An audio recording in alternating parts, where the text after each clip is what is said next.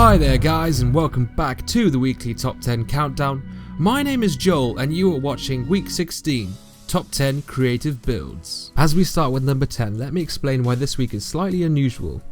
Because the criteria for this week is based on how creative a player's strategies and weapon combinations are, the countdown rankings are my own personal opinion, and is 100% subjective. You may feel that certain submissions are more creative than others, because creativity is down to personal opinion, so please bear that in mind. So here SURGEAQUOS makes really creative use of the Pierce shield. I really give him props for this because it's really cool to use a weapon that can attack and block at the same time, because that definitely has its uses, as he proves right here, taking the number 10 spot. Congratulations, let's move on to number 9. Sniper One Knight is using what he calls his Golden Knight build. I can definitely tell where he gets that name from. He's using a mixture of the Ornstein set and the Paladin set, and it definitely makes for a creative looking build. It looks quite nice. What definitely completes the effect is the use of TheSunlightBlade on his server, which is a cool underused weapon. The best thing about Sniper One Knight's build though is that it uses almost every health regenerating item in the game. It uses the Miracle Replenishment, which heals your health at a rate of 10 hit points per second. He also uses the Sanctus, which also adds to the golden look of his build, which is quite cool, and it also restores 2 hit points every 2 seconds. Finally, the Server, every time he hits his opponent, restores another 7 hit points. This means his build is regenerating health throughout the entire fight, which definitely makes it important for his opponent to finish him as quickly as possible. I'd also like to draw your attention to the Invader, who's dual wielding great axes, which is very respectable. However, it's clearly not respectable enough as he's finished off with a surprise Avalon attack. Congratulations, let's look at number 8. Number 8 features Bloody Mess, who's using 18 Faith for replenishment and the Sanctus, as well as various miracles such as Gravelord Greatsword Dance, which is my favourite miracle.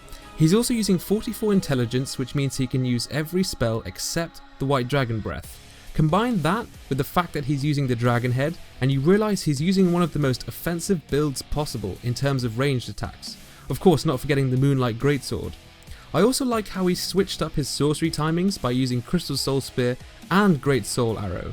Of course, using the repair spell during the fight was an added bonus. I really like that. Congratulations, let's look at number 7. The thing to notice here is that he's using the red and blue Tearstone ring. The red Tearstone ring increases your damage upon low health.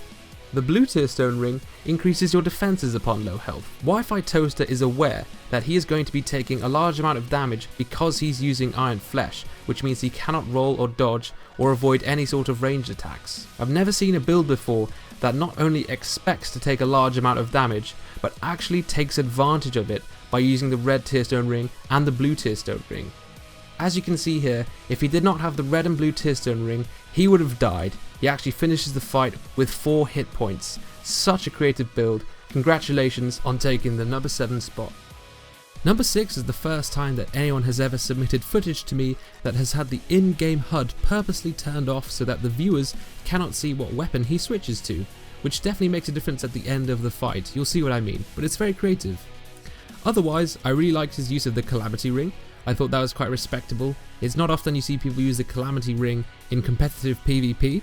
I also like the fact that he clearly had Fashion Souls in the front of his mind. His armor combination looks really great. He's also got the Dragonbone Fist, which of course is a huge plus, and he gets an incredibly nice ring swap mid-parry, which definitely deserves a lot of respect. It also makes me wonder whether people will figure out how to do 4-way ring swaps in Dark Souls 2, since there's 2 extra ring slots as compared to Dark Souls 1. That would be interesting. Anyway, he uses Chameleon and does a quick, sneaky weapon swap while in Chameleon. Really awesome use of covering up your actions in PvP. I really like that. Let's look at number 5. I have to admit, when I first saw number 5, I wasn't really sure what I was looking at. Now I realise that ONELIFE LP, I believe, has modified his Havel's chest piece to make it just a bit bigger than it usually is. The effect of this makes him look like a badass Optimus Prime. It just looks incredible. I wish there was an actual legit way of doing this in Dark Souls. Of course, if you are against all forms of modding, then you probably won't like this. However, I believe he hasn't modified his actual physical attributes, including armor or health at all, and that this is purely aesthetic, just for looks, so it's not detrimental to the other player's gameplay in any way. However, I really liked this submission. Regardless of the modded Havel's chest piece, his armor combination actually looks really cool. He's using the Dragonbone Fist and he punches his opponent to death.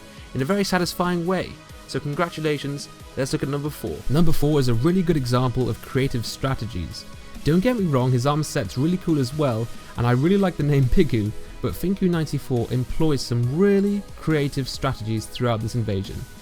The first thing you'll notice is that he's fat rolling. He has Smoke's hammer, and most players would have you believe that when you're fat rolling, you should try and roll as little as possible because it's really easy to punish someone who's fat rolling with a backstab or a variety of other things. Finku doesn't seem to care though, in fact he almost seems to be baiting a backstab. Once he gets backstabbed, he takes off his Smoke's hammer, does a quick ring swap, and suddenly becomes a katana wielding flipping giant. It's crazy. I love the transformation, I love the creativity, that was a really nice submission, such a creative playstyle as well. Congratulations, let's look at number 3. Looks like we've moved to the sunny skies of Anolondo with SNEEKYLILBAST, who's using a build that many people would consider to be completely unviable and impractical. He is against a tank build, so he does have to be careful. He's got the Dark Sword in his offhand, the Drake Sword in his main hand, and he actually makes such good use of the Drake Sword that it deserves a lot of credit. I also like how he's using the Gravelord Greatsword dance. I'm so glad to see people actually use that miracle in online PvP. It's such a good miracle. As you can see, he's actually sending his opponent running just with the Drake Sword R2 attacks, which is incredible. I love invasions like these, where, you know, the fight progresses from one area down into another, and you're frantically trying to end your opponent before he ends you. Really good, really nice submission, good creative use of miracles and weapons. I really like that. Let's look at number 2. We've got someone dual wielding claws at number 2. Looks like Wolverine. It's just shot 1608 and he's up against 2 gankers in the Ulasil township. Now here the host bows and he goes straight for the backstab, which I guess is probably the safest thing to do when you come up against a pair of co-opers, because you never know, they could gang up on you. So you should probably try and use the element of surprise to your advantage, but it is what it is. He does some extremely nice parries, so calm and collected throughout the entire invasion.